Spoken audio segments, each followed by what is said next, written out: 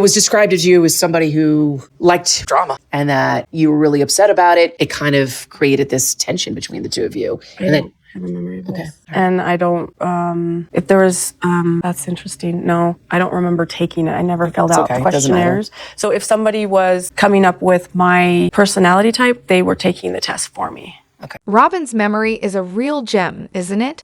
On the 1-to-1 show, they all discuss the personality test, one that, conveniently, Robyn can't remember taking. But oh wait, she implies that someone must have taken it for her. This, right here, is what Janelle was talking about with Robyn's selective memory. It's baffling how Robyn acts like she's building real relationships with the other women, yet her memory constantly contradicts theirs, and she's forever throwing stones while hiding her hands. It's like, what's going on? Is she seriously this clueless? She's on film, people. Manipulators always think they're the smartest ones in the room, right? But honestly, she's just exhausting. It's like taking a multiple choice test where I'm obviously wrong isn't an option. She doesn't consider any proof against her because she's convinced that no one could possibly be smarter than her. If she just keeps repeating her version of things long enough, she figures everyone will buy it. The problem is, once you catch onto these tactics, they're ridiculously easy to spot. And that's exactly what started happening with the other wives. When Robyn got called dramatic, instead of handling it like a grown-up, she chose to stir up even more drama by spinning this bizarre story about someone else taking her test. In doing so, she proved the point herself. Classic Robyn move. Yo, what's up everyone? Welcome back to ThreadoraTalks, where the conversations are always next level. I'm your host, Jenna, and today, we're turning things up a notch. Trust me, this is one video you do not want to miss, so let's dive right in. I just finished a rewatch of season 13, and the scene with all the moms, Aspen, Mitch, Mitch's mom, and Kody at the table talking about the wedding venue stood out. It was pretty clear Robyn was being all snarky when she said Aspen wasn't going to have a princess wedding, and that she'd have to discuss it with Kody first. Oh, and how could I have missed her comment about there being 11 other siblings whose weddings needed to be paid for? Classic Robyn. It's obvious she was more concerned about ensuring there's money left for her kids, rather than being excited about Aspen's big day.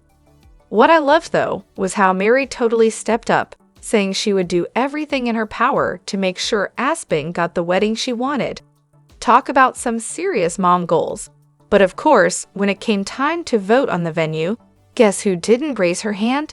Yep, Robyn. Just another reminder that she's not exactly focused on the whole family thing, unless it benefits her.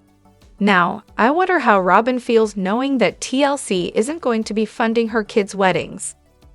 The gravy train is definitely going to dry up soon, and I can't help but love Mary even more and dislike Robyn even more than before. The best part of those wedding episodes was watching the family pull together. That's something I'm pretty sure will never happen for Robyn's kids because she's gone out of her way to isolate them. I'm guessing Christine's wedding was probably the last one TLC helped pay for. And if they threw a little money at Kody and Robyn's vow renewal, well, I'll be skipping that one. Even if the show went on for another 5 years, I don't see TLC coughing up money for any of Robyn's kids' weddings. TLC's in it for the profit, and let's face it, weddings for the kids of the popular wives will generate more revenue than anything they could get from Robyn's kids, especially since the audience hasn't had the same attachment to the tenders as they have to the OG 13. Honestly, it would just feel off if Robyn's kids suddenly started getting televised weddings when the crew couldn't even film in their house for years. As I watch Sister Wives, I'm currently on season 6. One thing that really sticks out is the parentification of the older children. It's especially frustrating to hear how the adults talk about Logan, calling him always so responsible, as if that wasn't a self-fulfilling prophecy. I've just reached the episode where the wives head to San Francisco, and Kody casually says he'll be fine because he has teenage girls to help him. That right there, is the perfect example of what's wrong with how this family operates. I get it. It's not unusual for older kids to want to help with their younger siblings. But there's a clear expectation placed on them to do so, and what's worse, the adults seem oblivious to how much responsibility they've shifted onto their children. These kids are still growing up themselves, for crying out loud. They should not be expected to be responsible for getting younger siblings ready for school every morning. You can hear the weight of that responsibility in the way the older kids talk. No wonder so many of them have said there are too many kids, and they don't want any more added to the mix. The adults in this family should have protected their kids more, but instead, they just kept cranking out babies. And why? Because they decided to have that many children, not by accident, but on purpose. Logan was responsible because he had to be. There's literally no reason he should have been the one waking up early to make breakfast and get 5 younger siblings ready for school while his dad was still in the house. And don't even get me started on Aspen, who had to put her 4 younger siblings to bed, again, while their father was around. Not to mention the other moms who were also home. When Aspen left for college, Christine seemed panicked because Aspen was the one running the household. She didn't know what she'd do without her. That right there is not okay. A parent should never be that reliant on their child. It's no surprise that Logan and Aspen don't have kids of their own now. They've already raised a small army of siblings. They deserve to live their lives on their own terms. The Browns made a huge mistake by having so many children they couldn't afford and couldn't properly care for. And they did it on purpose. This wasn't a case of an unplanned pregnancy, or someone losing a job, or struggling with the cost of living. They chose to have more kids, fully aware that they weren't meeting the needs of the ones they'd already had. It's a pattern in large families, sure, where the oldest tends to take on a more guardian-like role because of the age gap. But that doesn't mean the parents should rely so heavily on their older kids. Early on, some of it may have been a survival tactic to keep the family afloat. But once the show took off, the dynamics should have changed. Janelle seemed to express some regret about leaning on Logan so much, but that was about it. Christine, on the other hand, continued to use Aspen and Mykelti as stand-in parents. Once they were gone, she moved on to Isabel. In the end, the kids pretty much raised each other. Oh, definitely. It seemed like Robyn couldn't stop dropping hints about how high risk everyone else was during COVID. It was like she was just desperate to remind everyone that some of the other wives were heavier than her. Maybe it's just my overactive imagination, but it honestly felt like she was trying to walk that fine line between sounding concerned and throwing some shade. And don't even get me started on Kody, when he practically screamed at Janelle, "I did this for you." Yeah, because nothing says "I care" like shouting in someone's face.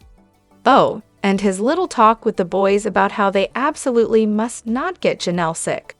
Plot twist. Janelle took it all way better than Kody did. She was a pro, while he was practically crumbling under the pressure. And then there's Robyn again, acting like she was following some sacred protocols to keep Truly safe, because apparently Truly's life mattered more than anyone else's. As if she was the only mother in the world doing everything right. It was almost comical how much she made sure to remind everyone that she was the only one who truly cared for Truly's well-being. The infamous "I picked the dress" episode. Let's break this down. Kody's all hyped up, like he's about to reveal the world's greatest surprise, but then, bam, it all crashes and burns. The room deflates faster than a popped balloon. Mary and Janelle are quietly irritated, Christine's visibly crushed, and she needs some space to process it all. Then, they all come back together, ready to talk about the mess, and here comes Robyn with her gem of a statement. "I didn't think it was necessary for you to know, because I knew it would be hurtful." Oh really? Sis, if you knew it was going to hurt, then maybe, just maybe, the better choice was to not do it in the first place. But nope. The circular logic is mind-boggling. Make it make sense. And then there's Robyn's attitude. acting all high and mighty when she said, "Kody and I didn't do anything wrong." Like, okay, maybe from a monogamous point of view, they didn't break any rules, but let's remember, at the time, they were still pretending they were this big, happy polygamist family. The fact that Robyn can't seem to understand why this was a problem, let alone show any remorse, proves she hasn't grown one bit. She's still the same immature, self-victimized person she was when she was out there picking her gown. Honestly, this is the episode that made it crystal clear something wasn't right. Robyn grew up in this culture. She knows the rules they were supposed to follow. But she and Kody were over here deliberately breaking every single one of them. She goes ahead and makes a whole big production out of picking out a dress with the ladies, knowing full well she and Kody had already totally broken the customs by having him pick the dress for her. I'm honestly surprised she didn't try on a few dresses, throw in a couple of fake options, and then pretend the one Kody picked was her choice. But no, instead, she kisses Kody right there, just to twist the knife even more. Christine, she's crushed. She sees it. She knows it's wrong, and she knows the family is unraveling. Meanwhile, Robyn's sitting on the couch, pretend crying, classic move, saying, "I know we did this. I knew it would hurt them, but we didn't do anything wrong." Yeah, right. They clearly didn't care one bit about how they treated the original 3 wives. When Kody broke those rules, that wasn't loyalty. That was a betrayal, straight up stabbing the OG 3 in the back. The whole thing was a gut punch. Christine was absolutely livid. She couldn't understand why the nanny was allowed to be around Robyn and the kids, but couldn't interact with any of the other family members. So in typical Kody fashion, he handed everyone a list outlining the nanny's duties. Both Christine and Janelle saw the list, and without missing a beat, both went, "Nope, not doing this." Sure, Kody's rules were ridiculous, but here's the kicker. They've been complaining nonstop about not being able to get the family together. And then when they're handed an actual blueprint for how they could get together, they throw it out. Makes perfect sense, right? Oh, and let's not forget the delicious irony. Robyn's nanny gets COVID and is the one who exposes the family. I'll admit, I may have had a moment where I cackled a bit. Then there's Mary, who stuck to all the rules and still wasn't allowed to come over. Funny how it was never really about COVID in the first place. But the real issue wasn't even about the rules themselves. It's that the other wives refused to follow the list because, quite frankly, the list was a joke. I don't believe for a second that Kody and Robyn were actually sticking to those rules either. Kody even says, "I asked the nanny what she does." Wait, what? If they were really following all these rules to the letter, wouldn't he already know this? Why did he have to ask the nanny herself? Sounds suspiciously like he's just playing along with a bunch of nonsense. And seriously, the list was complete nonsense at that point. Spray all mail with disinfectant? Isolate for 2 weeks before meeting? Keep an 8-foot distance? It was absurd. The nanny definitely wasn't isolating and only spending time with Robyn and Kody. She had her own family who weren't following any of that. Then, in the most subtle of protests, Janelle tested the whole spray the mail rule when she brought a gift to Robyn's house. Robyn snatched it from her hands and rushed inside, like some kind of treasure-hunting golem, laughing off Janelle's suggestion to spray it first. Guess that mail rule wasn't as sacred as they claimed. Robyn calling Janelle when she kicked Kody out? Classic move. Like, why on earth would Robyn call Janelle and ask her not to kick Kody out? The irony is off the charts.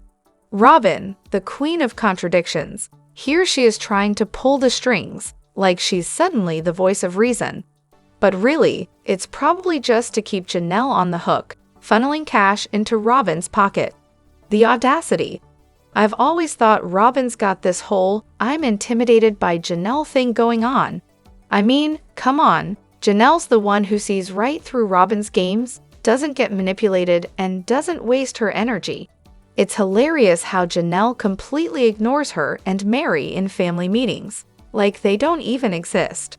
Robyn was probably testing how far Janelle was willing to go. And let's be real, Robyn's whole plan was never to be stuck with Kody 24/7. If anyone wanted Kody just as a resource, it's definitely Robyn. She probably thought Janelle would never actually leave, but once Kody started coming after her boys and basically ignored Savannah, that was the tipping point. Robyn had to have been thinking, oh crap, I'm stuck with Kody forever now. So she threw out a Hail Mary with Janelle, hoping for some backup. Because, let's face it, she does not want to be with Kody 24/7 either. Watching S14E11 when Kody tries to teach Truly how to ride a bike is honestly infuriating, more so than a lot of the other scenes in the whole show. It's clear Truly has a ton of anxiety about it, and you can see it in her face as she begs her dad to stop. But does he listen? Nope. Instead, he dismisses her feelings and minimizes her discomfort like it's no big deal. The moment that really got me, though, is when Truly tearfully says in her talking head, "It's my body, and I don't want to ride a bike." Like that right there should be the end of the conversation. But Kody just keeps pushing. Finally, he tells her to just go inside, and she sobs, "I'm trying my best." My heart broke for her. It's a moment that screams anxiety and shame, and honestly, it's hard to watch. I get it, parenting is tough, and emotions can run high, but this scene, it was so hard to watch. I'm a parent myself, and even though I know how frustrating it can be to stay calm, this one just struck a nerve. Is it just me and my daddy issues talking, or does anyone else see it too? What's even worse is how Kody handled it. Instead of focusing on Truly and giving her the attention she needed, he dragged Solomon into the mix. Like, of course, that just made Truly's anxiety worse, because it wasn't just her and Kody anymore. It was Kody, Solomon, and Truly. Kody couldn't even give her the decency of making it a one-on-one moment, where he might have actually been a decent parent. But nope, he completely blew it. I'm just glad Truly has other positive male role models in her life, like David, Mitch, and her older brothers, who actually know how to be there for her. Kody clearly doesn't deserve that role. The real estate phase of the Brown family's saga. Such a classic case of did they or didn't they? So here's the scoop. Only Janelle actually put in any real work in real estate. Kody, ever the go-getter, never even bothered to take the test. Christine, bless her heart, gave it a shot, failed the first time, and then somehow passed on the second try. Mona, their supposed real estate mentor, was working around the clock, weekends and nights, and Christine had a bit of a meltdown. Apparently, the whole work every weekend thing wasn't exactly what she had signed up for when she envisioned her real estate career. Let's backtrack a little. Before they moved to the cul-de-sac, Kody and Miri were busy with an MLM, LIV International. It was either a drink or powder mix. Frankly, who cares, right? What's important is that they had these recruitment nights at Miri's house.